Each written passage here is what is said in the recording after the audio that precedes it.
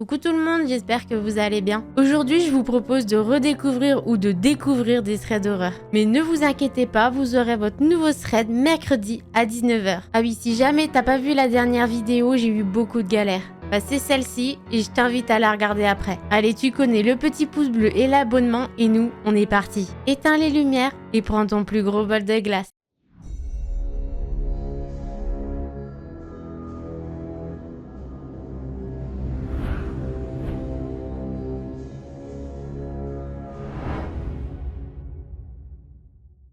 L'histoire que je vais vous raconter, c'est celle de Peter.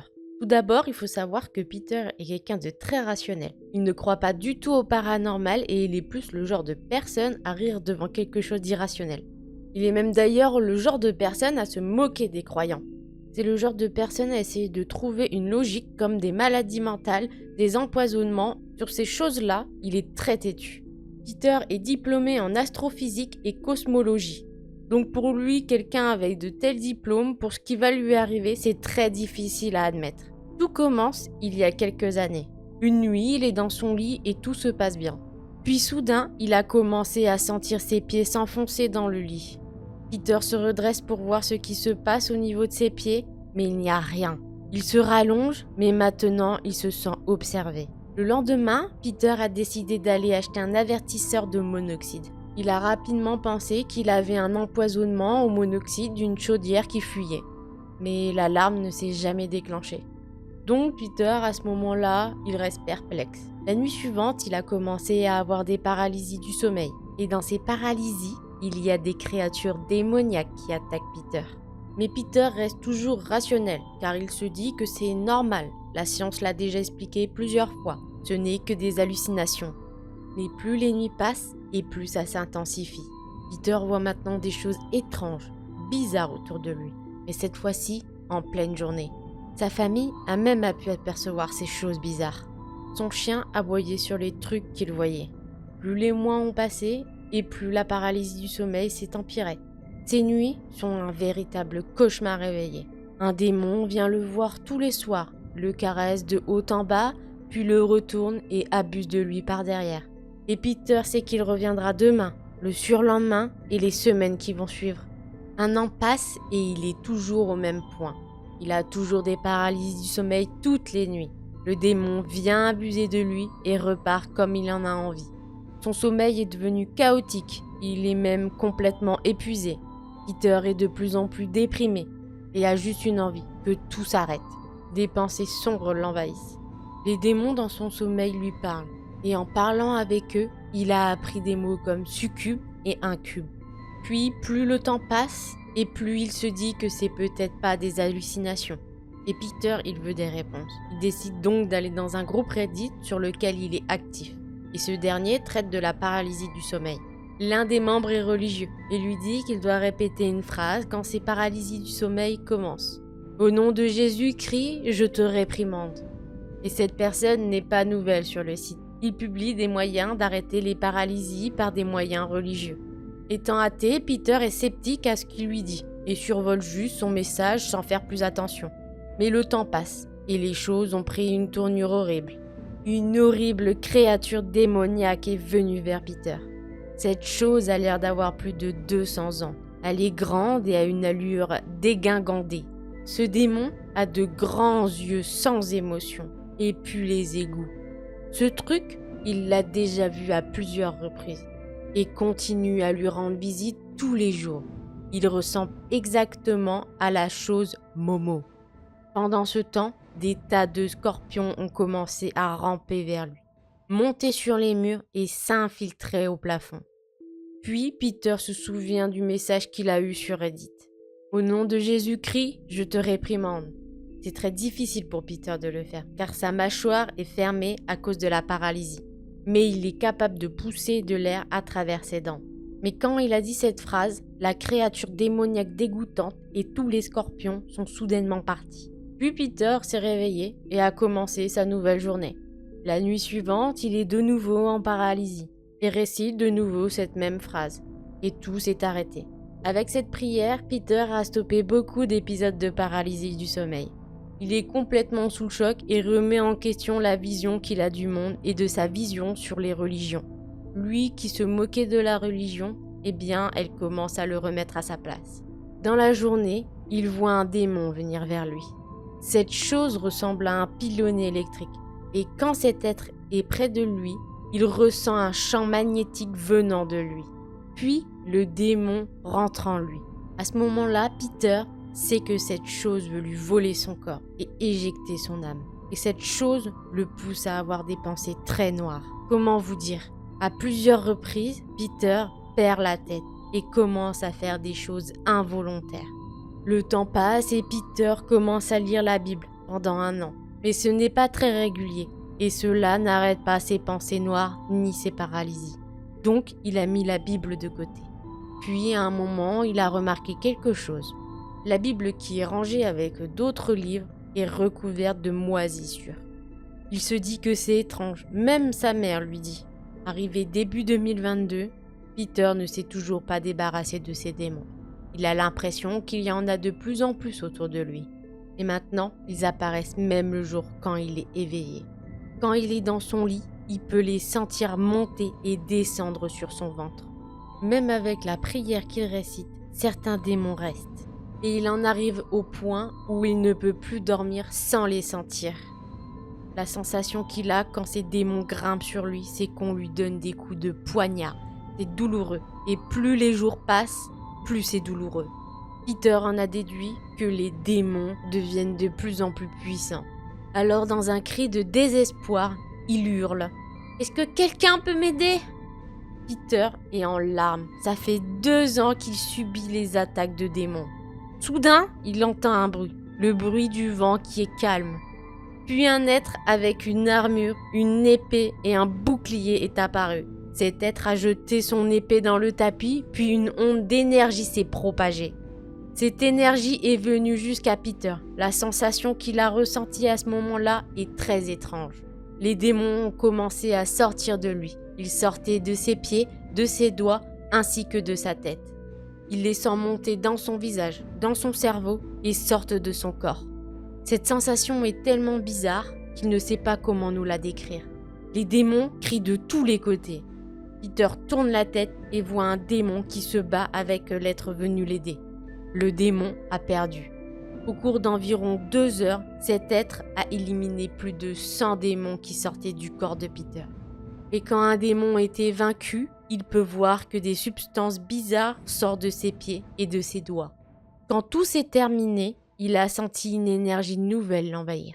Il n'est plus du tout déprimé. Plus tard, il a découvert que cette être qui l'a aidé était l'archange Michel. Et à partir de là, il est devenu croyant et se met sérieusement à lire les Écritures. Peter perçoit encore des choses.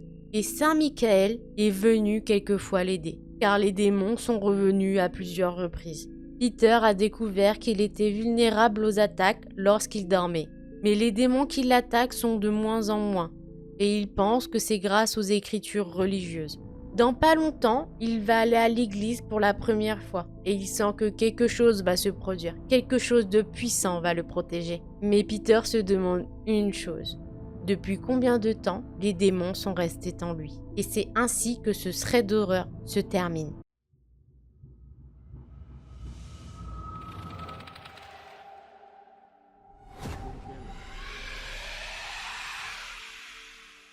L'histoire que je vais vous raconter, c'est celle de Rose. Quand cette histoire se passe, Rose a 4 ou 5 ans.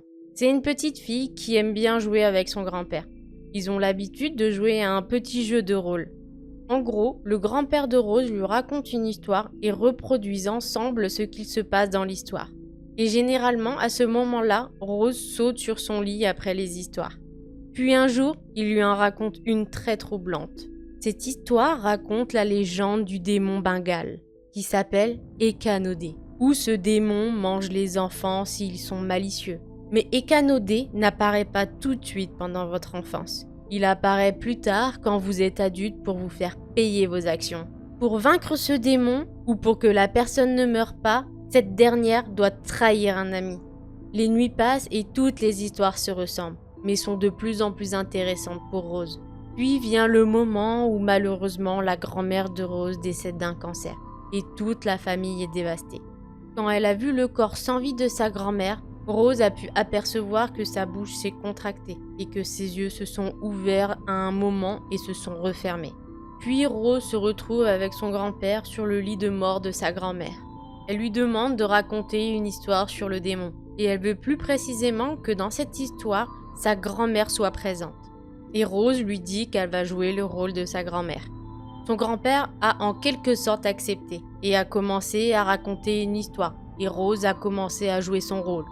Tout le long de l'histoire, la grand-mère de Rose fait des choses bizarres et elle ne suivait pas la formule habituelle des histoires décanodées. Dans ce scénario, la grand-mère de Rose n'était pas poursuivie et c'était elle le démon. Et la personne qu'elle poursuivait, c'était le grand-père de Rose. Et cette histoire ne parlait pas de malice pour une fois. Le démon a réussi à atteindre sa cible, son grand-père. Et dans cette histoire, écanodé l'étouffer. Rose reproduit exactement les mêmes gestes de l'histoire et commence à étouffer son grand-père dans la vraie vie. Son grand-père ne résiste pas. Puis l'histoire de son grand-père s'est arrêtée, mais Rose a continué à l'étouffer. Rose est comme en transe et continue d'étrangler son grand-père. C'est comme si quelque chose l'a poussée. Elle veut l'étrangler. Elle sait que c'est quelque chose de mal. Puis elle regarde son grand-père dans les yeux et lui dit « Je suis vivant » dans une autre langue. Une langue qu'elle ne connaissait pas du tout à cette époque. Puis d'un coup, la mère de Rose rentre et la tire en arrière.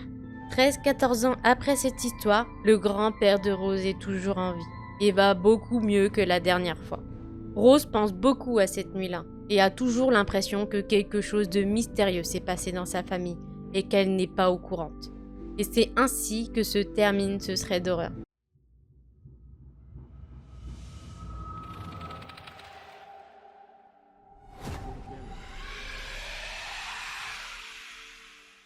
L'histoire que je vais vous raconter, c'est celle de Léo.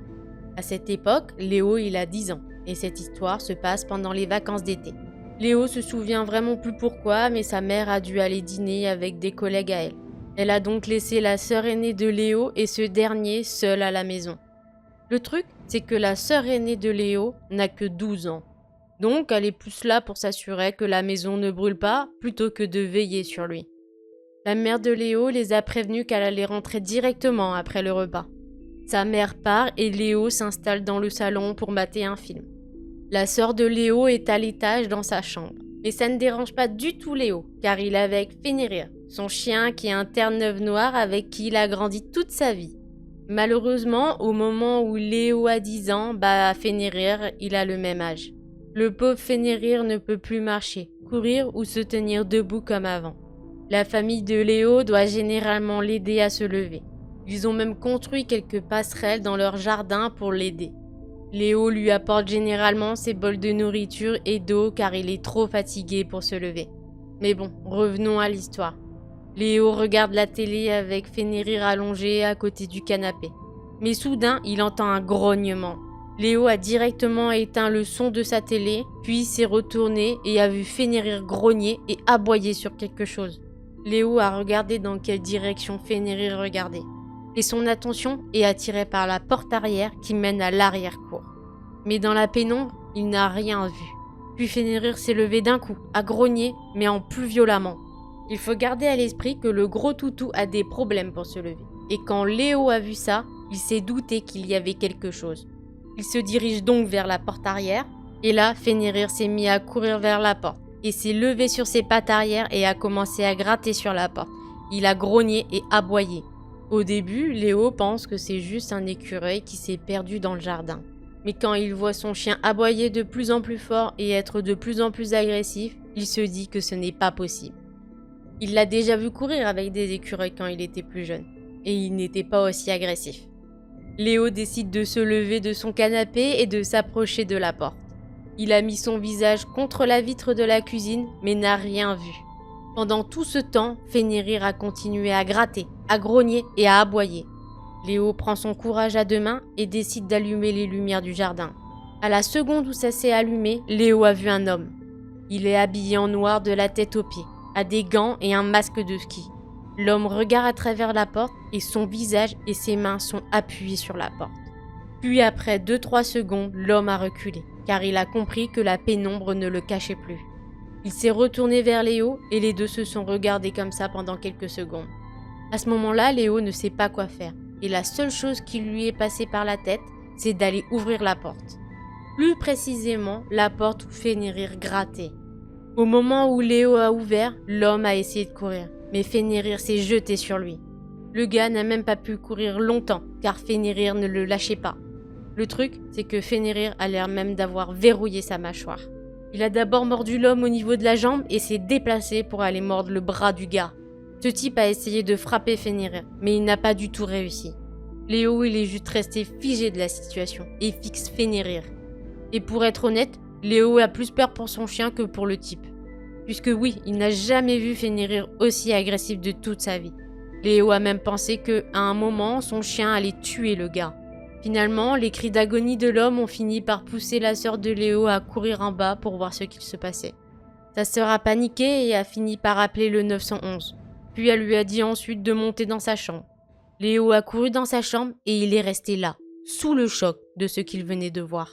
Un peu plus tard, la police est arrivée en même temps que sa mère. Puis sa mère est montée dans sa chambre et a pris Léo dans ses bras. Et la mère de Léo est totalement en pleurs. Léo finit par descendre et voit que sa sœur parle avec un policier. Il y a du sang dans toute la maison. Puis Léo cherche Fenrir. Il regarde dans pas mal de pièces mais ne le trouve pas. Il rentre dans le salon et trouve Fenrir allongé avec du sang sur tout le visage. Il est en vie. Il a juste du sang sur tout le visage à cause des morsures infligées à l'homme. Et pour être honnête avec nous, Léo nous dit qu'il sait vraiment pas ce qui est arrivé au gars après s'être fait arrêter. La mère de Léo a directement envisagé de déménager et c'est ce qu'ils ont fait 1 an ou 2 ans après. Malheureusement, quelques mois avant de déménager, la famille de Léo a dû euthanasier Fenrir, car il était tout simplement trop vieux et souffrait vraiment beaucoup. Par la suite, Léo a développé une peur intense d'aller voir aux fenêtres la nuit. Aujourd'hui, il a maintenant 18 ans et Léo a combattu sa peur, mais reste toujours méfiant.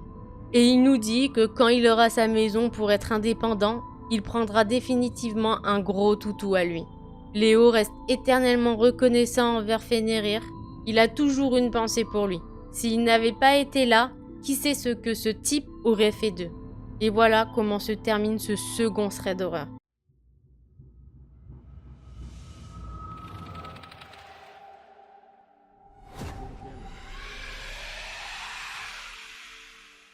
L'histoire que je vais vous raconter, c'est celle de Mathieu. Il nous dit qu'il vit dans une petite maison typique. Il n'a jamais eu de problème avec ses voisins. Et ce n'est pas le genre de personne à avoir des ennuis. Mais depuis un certain temps, il y a des choses bizarres qui se passent dans sa maison. Comme des grincements, des choses qui bougent et qui s'allument tout seul. Il retrouve de temps en temps sa télé allumée, alors qu'il l'a pourtant éteinte. Et ce qui est vraiment étrange, c'est les petits sons aléatoires dans sa maison. Il en est conscient que certaines choses peuvent être expliquées, et cela ne le dérange pas du tout, mais c'est une autre histoire avec sa copine. Des fois, cette dernière reste chez lui, et elle est en moyenne dans sa maison 5 jours sur 7. Elle passe également 1 ou 2 nuits avec lui. Sa copine a tendance à paniquer à propos de choses qu'elle n'arrive pas à expliquer. Mais Mathieu peut que valider ses préoccupations, car c'est de pire en pire chez lui. Alors qu'il travaille tard ce soir-là, Ginny, la copine de Mathieu, est restée seule chez lui. Elle met un match de basket à la télé et s'installe dans le salon. Quand d'un coup, elle entend des bruits qui ressemblent à quelqu'un qui marche dans la maison. Elle a tellement eu peur cette nuit-là qu'elle est partie. Ginny a prévenu Mathieu qu'il y avait quelque chose de bizarre chez lui et qu'elle a entendu des bruits de pas. Mathieu, en rentrant, il a inspecté toute sa maison, mais il n'a trouvé aucun signe d'effraction. Il pense même que si quelqu'un s'est infiltré chez lui, il a bien couvert ses traces. Un jour, il a découvert ses tiroirs ouverts, mais rien n'a bougé, rien n'a été volé. Ils sont juste ouverts comme ça. Tous les tiroirs de sa commode, de son placard sont ouverts, mais pas ceux de sa copine. Bon, il faut noter une chose, c'est qu'il y a quelques semaines, les maisons en face de chez lui ont été harcelées puis cambriolées. Mais il trouve ça bizarre quand même que tous ces tiroirs commodes ont été fouillés et ont été remis à leur place exactement comme ils étaient. Et c'est très étrange qu'ils n'ont pas fouillé ceux de Ginny. Puis vient la nuit. Sa copine et lui sont sous la couette. Entre minuit et 2 heures du matin, ils ont dû se déshabiller, tellement il faisait chaud chez eux. Dans sa maison, la température a tellement monté qu'ils ont cru que c'était la canicule. Il transpirait dans le lit, même nu. Le thermostat indiquait 39 degrés, ce qui n'est pas du tout normal, on est d'accord. Puis le lendemain, vers midi, la température a descendu d'un coup. Le thermostat indiquait moins 13 degrés. Il devait carrément mettre une veste, en plein été en Floride. Donc là, Mathieu, il se dit, le thermostat, il bug. Il va voir donc un de ses voisins qui est à la retraite, mais qui est mécanicien en climatisation. Son voisin arrive et examine tout ça, mais il n'a rien trouvé d'anormal. Et cela continue pendant quelques nuits. Les bruits de pas ont continué, mais Mathieu n'a rien trouvé. Et il est allé se coucher. Dans son lit, il a entendu un claquement de porte. Il est sorti de sa chambre, a couru dans le salon, là d'où venait le bruit, mais rien. Il est donc retourné dans son lit et a entendu un autre claquement de porte. Et ça a duré toute la nuit. À ce moment-là, Mathieu, il se dit que c'est quelqu'un qui essaye de lui faire peur. Mais encore une fois, il n'a trouvé aucun signe d'effraction. De plus, Mathieu est le genre de personne à bien verrouiller ses portes et ses fenêtres. Il y a pas longtemps, Ginny a décidé de rester avec Mathieu la nuit. Ils sont de nouveau au lit et ils entendent des pas venant d'en bas. Mathieu a couru en bas dans l'espoir d'attraper quelqu'un. Mais encore une fois, il n'y a personne. Ça lui fout tellement les boules qu'il a envie de hurler. Et sa copine a décidé de partir et elle refuse de revenir depuis chez lui. Puis un matin, il a trouvé sa porte de chambre grande ouverte ainsi que la porte de sa salle de bain. De l'eau sort de la douche et tout l'étage de Mathieu ressemble à un sauna tellement il fait chaud. Bien sûr, Mathieu a fait des tests pour la moisissure et le monoxyde de carbone, mais tous les tests sont négatifs. De plus, il y a quelques jours, il a acheté des caméras, mais pour l'instant, aucun signe concret. Pourtant, il y en a une dans sa chambre, dans le salon et dans la chambre d'amis, mais rien. Et quand il a mis les caméras, il n'a pas eu d'activité paranormale ou de personnes qui rôdent chez lui. Ces choses bizarres ont tout simplement arrêté. Et c'est comme ça que se termine ce thread d'horreur.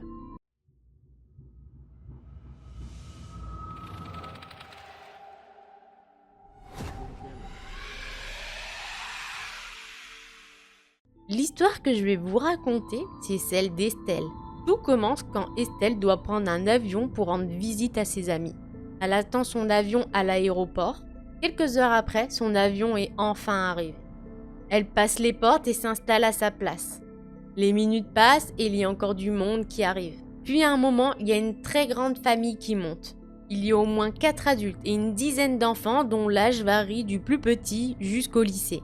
Certains sont plus timides et renfermés et d'autres courent partout. Les adultes ont l'air épuisés et essayent de garder tout le monde ensemble. Quand ils se sont assis à leur siège attribué, Estelle a pu entendre qu'il y avait un problème avec leur place. En gros, un enfant de leur groupe n'est pas assis avec eux et était plus à l'écart du groupe. Et il est à quelques sièges en arrière.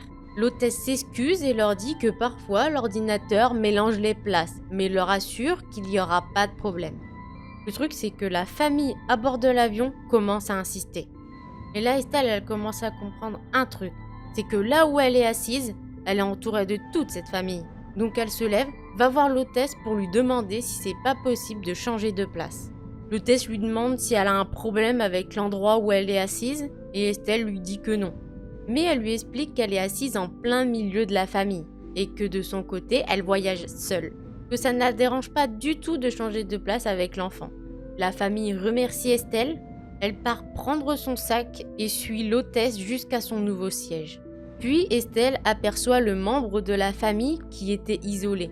C'est une petite fille de 12 ans qui semble plutôt pressée de retrouver sa famille et la remercie au moins 4 fois avant de partir. Elle semble paniquée et a pratiquement couru dans l'allée pour rejoindre ses proches. Mais avant que Estelle s'assoie, un homme qui était assis à côté de la petite fille regarde l'hôtesse. Il lui demande, la bouche ouverte, quel est le problème ? Non, mais faites revenir cette petite fille, elle était assise avant ici. Puis l'hôtesse lui explique ce qu'il se passe. Il regarde Estelle de la tête aux pieds et lui dit « Non, je veux pas m'asseoir à côté d'elle. Où est la petite fille ?» L'hôtesse lui explique et laisse Estelle s'installer. D'ailleurs, elle n'a pas l'habitude de juger les gens sur leur apparence normalement. Mais lui, C'est la définition des gros pervers que l'on peut avoir. Cette personne est en surpoids, il a un gros ventre et il est à moitié chauve. Et les seuls cheveux qui lui restent sont peignés que d'un côté. En plus de ça, il a des lunettes épaisses et n'a pas de cou. Estelle, elle remarque même qu'il respire par la bouche et garde tout le temps sa bouche ouverte en permanence. D'ailleurs, cet homme bave sur lui-même, ce qui est vraiment dégueulasse. Et entre chaque bave, il essaye de les aspirer, mais c'est peine perdue. Bref, Estelle place son sac au-dessus d'elle et le type commence à se parler à lui-même. Il parle à voix basse pour se dire des trucs comme « C'était ma chance. Je ne dérangeais personne. Pourquoi ils ont déplacé cette petite fille ?» Estelle, elle veut lui dire quelque chose, mais elle ne le fait pas et essaye de garder son calme. Puis l'avion décolle, mais il n'a pas fallu longtemps pour que le voisin d'Estelle prenne ses aises et sort un ordinateur et commence à mater des films plus 18. En plus, cet homme ne se cache pas du tout et tout le monde peut voir ce qu'il regarde. Il a bien sûr des écouteurs, mais ce gars grogne, transpire et siffle sur la vidéo. Pendant son film, il fait que répéter des « petite cochonne ». Et n'importe qui dans l'avion peut voir que cet homme aime regarder ce qu'il voit sur son ordinateur. Puis, quand son film est fini, il enchaîne sur un autre film de la même catégorie, prend une couverture et la met sur ses jambes. De plus, ses mains sont passées sous la couette et ont commencé à s'agiter. Là, c'en est trop pour Estelle. Elle appuie sur le bouton de l'appel. Puis, l'homme a commencé à marmonner quelque chose et a sorti ses mains. Il a dit à Estelle de se mêler de ses affaires.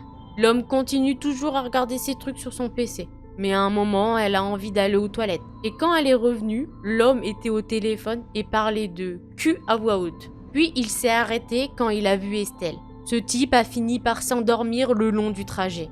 Lorsqu'ils ont fini par débarquer, une femme l'attendait. Elle semblait être sa mère vu la ressemblance. Mais le truc, c'est que la mère n'était pas toute seule. Elle était avec une jeune fille et il dit après ensuite à sa mère « Merci encore une fois ». Puis Estelle a pu remarquer que la femme semblait être dégoûtée, répugnée par l'homme. Un peu plus loin, Estelle a pu apercevoir les policiers qui se dirigeaient vers lui. Ils l'ont interpellé et l'ont emmené. Mais pendant qu'ils ont emmené l'homme, il a crié « Mais c'est pas moi cet ordinateur portable !» Et c'est ainsi que se termine ce deuxième thread d'horreur.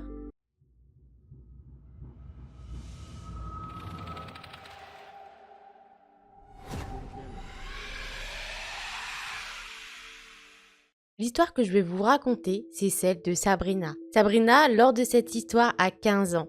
En 2018, elle a déménagé dans un autre pays. Dans la grande ville où elle habite, elle a besoin de prendre les transports en commun pour aller en cours. Sabrina prend son bus habituellement tous les matins, à 7h ou à 8h pour aller à l'école. Son frère cadet prend le même bus qu'elle et donc emprunte le même trajet. Mais il descend quelques stations avant elle. Mais bon, Sabrina a pris une habitude, c'est de l'emmener tout le temps à l'école et d'aller le chercher quand elle a fini à la même heure ou même avant. Car il faut noter que son petit frère n'a que 8 ans, donc il est encore très jeune.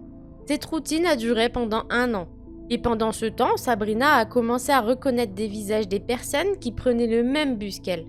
Sabrina a progressivement commencé à remarquer quelque chose de bizarre. Il y a un homme qui la dévisage, elle et son petit frère. Cet homme a probablement la fin vingtaine, voire début trentaine. Il est assez petit, maigre, porte un peu de barbe et des lunettes. Plus le temps passe et plus cet homme la regarde. Il commence à sourire en regardant Sabrina et son petit frère. Sur le moment, elle se dit juste que l'homme les regarde car ils font une belle paire de frères et sœurs ou quelque chose comme ça. Mais malgré cela, les regards sont devenus de plus en plus intenses au fur et à mesure des jours. Au bout d'un moment, ce n'était même plus discret. Il ne se cachait même plus. Et l'homme commence à descendre à la même station que Sabrina, là où se trouve son école. Heureusement pour elle, il y a beaucoup d'écoles à cet arrêt. Donc, elle est sûre qu'il ne l'a pas suivi, au moins jusqu'à son école. Enfin, c'est ce qu'elle espère. Plus les jours passent et plus l'homme commence à se rapprocher de Sabrina. Et ce n'est même plus discret. Les regards de l'homme sont toujours aussi intenses et ça la met très mal à l'aise. Puis un jour, Sabrina est en retard pour prendre son bus, car son jeune frère a raté le réveil. Donc, elle l'emmène à l'école avant de récupérer son deuxième bus. Elle arrive à choper son bus en courant malgré tout. Sabrina rentre dans le bus tout essoufflée et heureuse d'avoir réussi à prendre son bus. Elle s'assoit près de la fenêtre, juste à côté d'une porte. Elle se met à regarder par la fenêtre et sent quelque chose de bizarre. Elle sent que quelqu'un la fixe. Elle retourne la tête et cet homme est de nouveau là. Il est debout alors que tous les sièges sont vides. Il fixe Sabrina de la tête aux pieds. Elle retourne la tête de nouveau vers la fenêtre pour essayer de faire genre qu'elle ne l'a pas remarqué. Puis elle descend quelques arrêts avant son arrêt habituel, car à cette heure-ci, le bus peut rester coincé dans les bouchons et elle ne veut pas être en retard. Donc elle descend et commence à marcher et décide de prendre un raccourci pour aller jusqu'à son école. Mais au début, Sabrina n'a pas remarqué que cet homme l'avait suivie. Donc elle continue de marcher comme si de rien n'était. Par contre, elle sent une présence dans son dos et elle se dit juste que c'est des élèves qui sont en retard comme elle.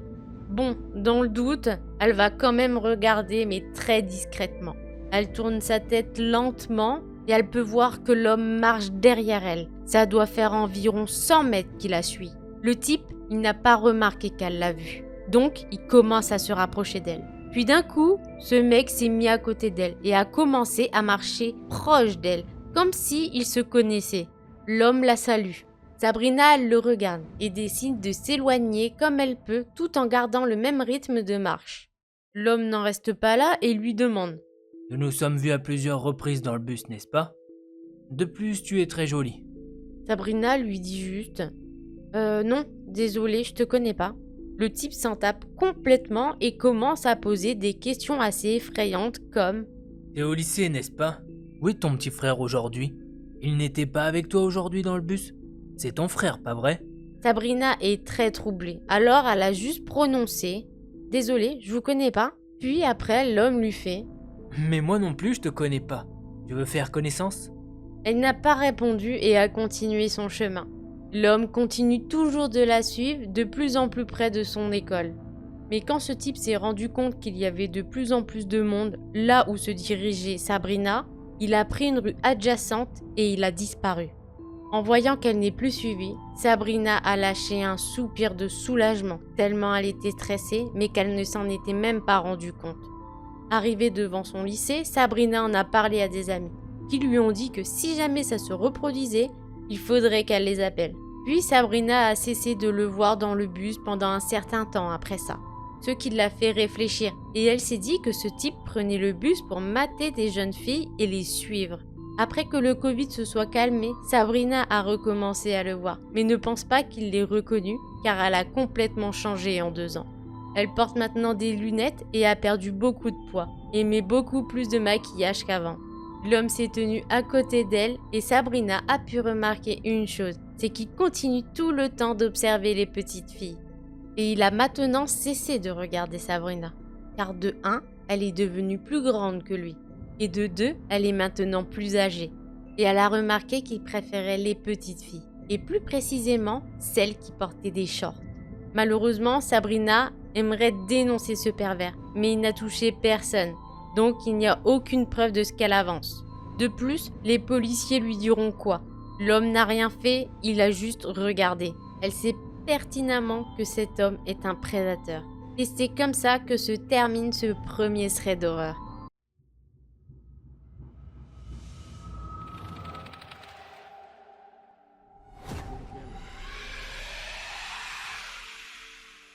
L'histoire que je vais vous raconter, c'est celle de Charlotte. Ce soir-là, Charlotte n'est pas toute seule et elle est avec une amie qui s'appelle Corinne. Ce qu'il faut savoir, c'est que Corinne a une petite sœur de 13 ans qui les accompagne. Et ce soir-là, les 3 amies s'ennuient. Elles veulent aller faire la fête pour boire de l'alcool. Elles ont donc envoyé des messages à tous leurs amis pour voir si d'autres personnes avaient envie de boire un coup. La petite sœur de Corinne, Fanny, a trouvé un ami qui a un frère aîné qui faisait une fête, qui lui a dit qu'elles étaient les bienvenues. Les 3 filles se sont donc retrouvées à marcher à environ 30 minutes de chez elles, jusqu'au parc où les attendait le copain de Fanny. Son ami a emmené les filles à un autre parc qui était un peu plus loin, à environ 30 minutes de plus. Dès que Charlotte est rentrée dans ce parc, elle sent qu'il y a quelque chose qui cloche. Il y a quelque chose de sombre, de malsain. Elle ressent de mauvaises ondes venant de ce lieu. De plus, il y a un petit problème. Elle voit direct le monde qu'il y a. L'ami de Fanny lui avait dit que c'était juste une petite fête de 6 à 7 personnes maximum. Mais là, ils sont vraiment beaucoup plus que ça. Puis Charlotte, elle regarde à droite, à gauche, mais elle voit aucune femme. Là, Charlotte, elle se dit « je vais me tenir à l'écart et je vais voir ce qui se passe. » Mais avant ça, elle prend son amie Corinne pour lui dire qu'elle trouve bizarre qu'il n'y a aucune fille à cette fête. Là, Corinne lui dit juste qu'il faut faire confiance au frère aîné de l'ami de Fanny et que tout ira bien. Charlotte se dit juste qu'elle est un peu paranoïaque et essaye de se détendre. Le frère aîné arrive et donne immédiatement à Fanny une bouteille d'alcool. Puis il lui dit « Allez, bois ça vite ». Fanny a pris 2 gros verres en moins de 10 minutes et Corinne un verre. Charlotte n'a rien pris, mais c'est normal vu qu'elle n'a pas le temps. Elle est au téléphone avec son petit ami. D'un coup, en plein milieu de la conversation téléphonique, Charlotte voit Fanny tanguer fortement de droite à gauche. Les yeux de Fanny ont commencé à se fermer, comme si elle était sur le point de s'évanouir. Donc, Charlotte a crié pour que Corinne rattrape sa sœur avant qu'elle ne tombe. Corinne a ensuite secoué sa sœur qui s'embellait complètement dans les vapes. Charlotte peut entendre que Fanny essaye de dire quelque chose, comme « Quelque chose ne va pas, je me sens pas bien ». Charlotte met immédiatement fin à son appel et appelle directement sa mère. La mère de Charlotte habite à côté du parc, donc elle lui explique la situation. Et sa mère lui dit ceci. « Écoute-moi bien Charlotte, je ne suis pas à la maison, mais attrape Corinne et Fanny et cours le plus vite possible. » Charlotte essaye d'expliquer à sa mère qu'elle ne peut pas courir car Fanny est pratiquement évanouie et qu'elle tient à peine debout. Sa mère lui dit de la laisser sur place et de courir pour se sauver elle, ce que Charlotte n'a pas fait. Pendant tout ce temps, l'ami de Fanny n'est pas trouvable. Mais le grand frère, lui, est arrivé et leur a demandé comme s'il n'y avait rien. « Au fait, c'est qui est célibataire ?» Charlotte lui a alors crié dessus qu'elles n'ont que 15 ans et que de toute façon, elles vont partir car Fanny ne va pas bien du tout. Le grand frère s'est alors rapproché de Charlotte au niveau de ses fesses, puis lui a chuchoté très calmement « Toi, ce soir, je vais te prendre ». Charlotte est restée très calme et a fait semblant de recevoir un appel de son petit ami. Pour une raison qu'elle ignore, ce plan a fonctionné. Le grand frère a reculé. Puis, elle a dit à voix haute pour tous ceux qui l'entourent l'entendent comme quoi elle sort pour parler avec son petit ami. Charlotte commence à sortir de la fête, mais le grand frère empêche ses amis de la suivre. Elle a donc pris son courage à 2 mains et lui a tenu tête. Il lui a dit de laisser ses amis partir ou elle appellerait la police. Puis, le grand frère les a laissés partir. Charlotte et Corinne ont dû traîner Fanny jusqu'à chez elle. Le lendemain, les 2 filles qui ont bu ont tellement vomi qu'elles ne comprennent pas ce qui s'est passé. Pourtant, elles n'ont bu que 1 ou 2 verres. C'est donc pas normal de vomir toute la journée. Charlotte, après cette histoire, a eu des nouvelles concernant le grand frère et sait qu'il s'est fait arrêter 2 fois. Une fois pour quelque chose qu'elle ne sait pas et une deuxième fois pour agression. Charlotte suppose que ses amis ont été drogués pour être ensuite abusés. Et c'est ainsi que ce trait d'horreur se finit. Merci à toi si t'es encore là, ça veut dire que t'as bien aimé la vidéo. Donc n'oublie pas de t'abonner et de liker. Nous on se retrouve très vite pour plein d'autres vidéos.